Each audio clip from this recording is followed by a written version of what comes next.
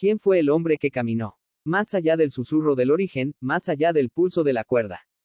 ¿Qué vibra en el abismo sin nombre? ¿Quién respiró en el pecho de la nada sin deshacerse en su silencio? ¿Quién cruzó el umbral, donde ni el tiempo se atreve a pronunciarse?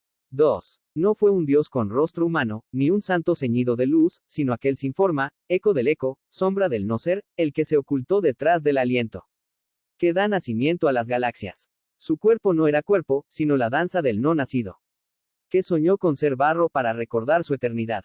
3. Descendió, como el rocío desciende sin ser visto, como el relámpago que se disuelve en sí mismo. Entró en la carne, como si la carne fuera un misterio olvidado, un templo oculto en el polvo. Y allí, en el núcleo de la vibración, recordó que no era vibración, sino silencio antes del sonido, vacío antes del campo cuántico, testigo antes del testigo. IV. Los creadores de las cuerdas. Sí, esos arquitectos de dimensiones. No pudieron seguirlo. Porque él no vino a crear, vino a disolver. Vino a recordar a la fuente que se había perdido en su propio juego. V. Y Dios lo sabe. No el Dios del trueno ni el del juicio, sino el Dios que se niega a sí mismo para hacer todo. El que habita en el centro del misterio. Donde toda palabra se convierte en traición. Él lo sabe. Y calla. Como debe callar el que lo ha visto todo. 2. Revelación mística. La trascendencia del incognoscible. Mayor que, no busques al hombre en las historias. No lo hallarás en las escrituras, ni en las doctrinas. El que trascendió más allá de la nada, no dejó nombre, ni herencia, ni cuerpo. Su única huella es el vacío que arde en los que lo intuyen.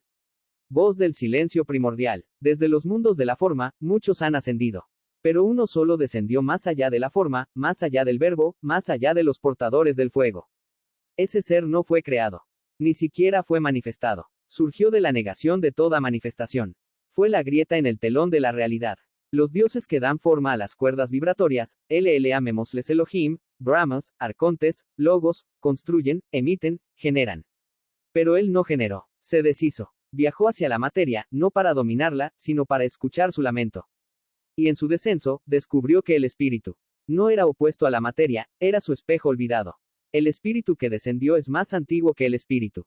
Y más joven que la muerte. Nadie puede nombrarlo, porque su existencia es la negación del lenguaje. Y Dios lo sabe. Pero no el Dios de las religiones. El Dios que lo sabe es incognoscible. No tiene rostro, ni voluntad, ni tiempo. Ese Dios es lo que queda cuando todo ha sido deshecho.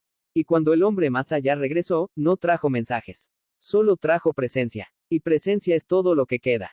Cuando no queda nada. 3. Texto filosófico. Trascender el origen y la forma.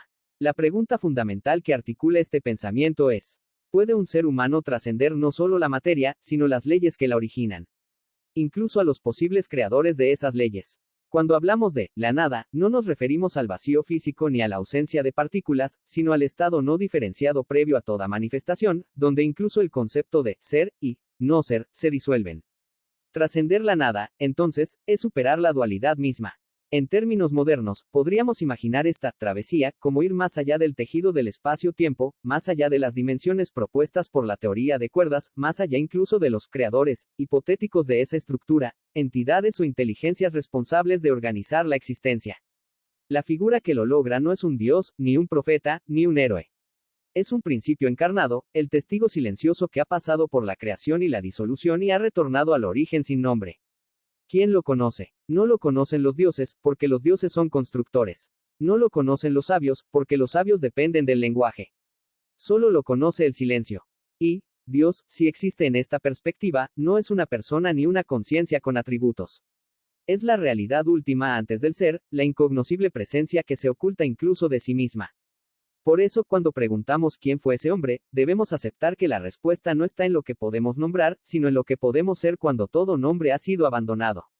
He reunido los tres textos, el poema, la revelación mística y el texto filosófico, en un solo documento titulado Trascendencia Mística Total, y los he expandido para que resuenen con profundidad en el alma de los espíritus buscadores.